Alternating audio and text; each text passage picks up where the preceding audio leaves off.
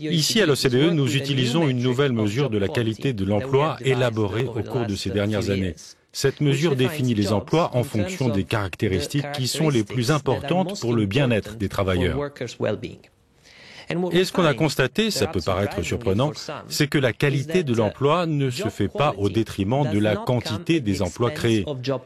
Les deux objectifs peuvent être atteints simultanément.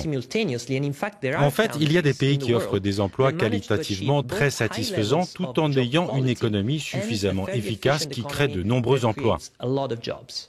Quels sont les meilleurs ingrédients pour garantir le bonheur au travail? Le niveau de rémunération, bien entendu. La sécurité de l'emploi et la qualité de l'environnement de travail.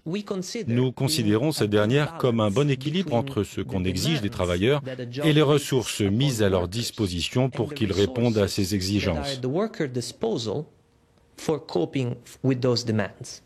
Et on voit par exemple que le fait d'avoir des opportunités d'apprendre dans son travail est un aspect fondamental de la qualité de l'emploi parce que cela donne aux travailleurs les outils dont ils ont besoin pour réaliser leurs tâches.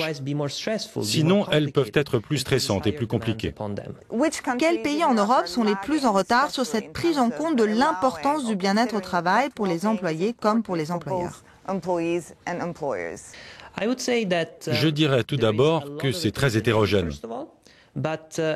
Si je devais nommer les pays qui ont réussi à créer des emplois de haute qualité, donc par exemple des pays qui ont une grande capacité à maintenir un bon équilibre entre les exigences à l'égard des travailleurs et les ressources mises à leur disposition, je dirais le nord de l'Europe, en particulier la Scandinavie. Êtes-vous confiant quant à l'avenir et dans le fait que de plus en plus de pays européens vont se rendre compte que le bien-être des travailleurs est en réalité dans l'intérêt des employeurs et de la société en général? Je dirais que si les entreprises qui ont lancé cette tendance montrent que leur démarche au final est un succès, elles ouvriront la voie aux autres. Je pense aux entreprises de l'information et du savoir, comme Google, qui reconnaissent que pour rivaliser avec la concurrence et innover, il faut avoir des employés motivés.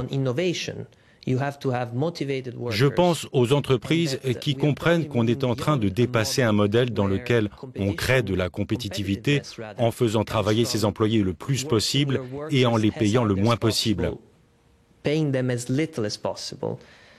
Donc ces entreprises et ces pays qui réussiront à augmenter leur productivité en tenant compte du bien-être vont servir d'exemple et seront peut-être à l'origine d'un changement plus vaste.